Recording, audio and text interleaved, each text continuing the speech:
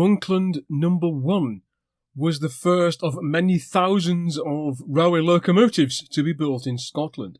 It was built in Glasgow for the Monkland and Kirkintilloch Railway by Murdoch, Aitken and Company to the designs of George Dodds, the line's superintendent. Monkland No. 1 was a curiously outdated design.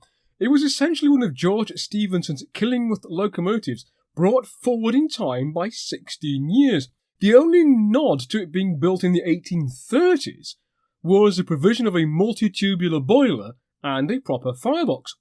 The pair of vertical cylinders were 10.5 inches bore by 24 inches stroke, so pretty much the same size as a Killingworth locomotive from 1816. The boiler was wrought iron, 9 feet long and about 4 feet 6 inches in diameter, so pretty much the same as a Killingworth engine. Unlike the Killingworth original, however, there were 62 copper tubes 1.5 inches outside diameter passing through the boiler. The firebox itself was tiny, with a surface area of only 4 square feet. Boiler pressure was the Stephenson norm of 50 psi. There were 2 safety valves, one a weighted salter type, and the second a spring-loaded valve in a brass case to prevent anyone tampering with it. The cast iron wheels were 4 feet in diameter, and the crank pins, again a la Stephenson, had a ball and socket joint with the connecting rod.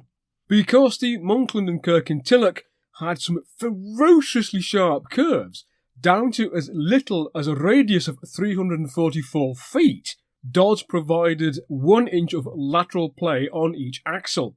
Monkland No. 1 was delivered in May 1831 and sister engine No. 2 in September of the same year.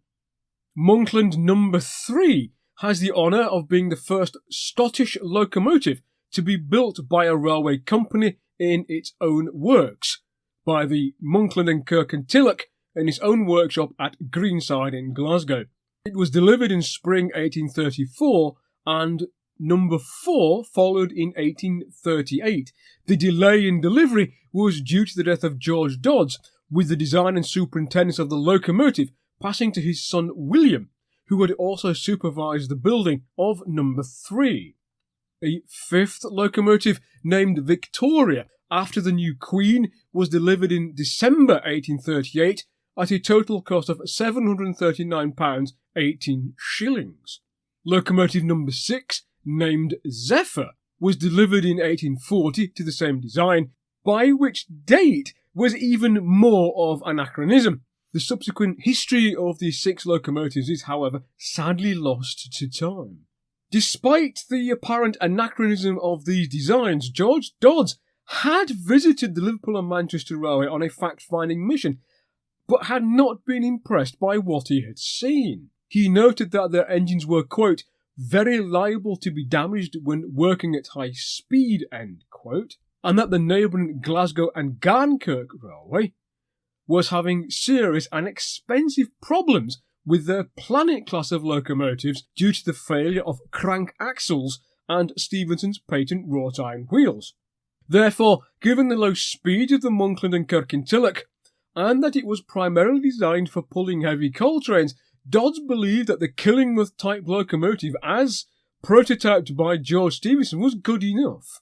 Didn't have to be fast or flashy. It needed to be simple, it needed to be cheap to build, and above all cheap to maintain, and be capable of moving heavy loads of coal day in and day out.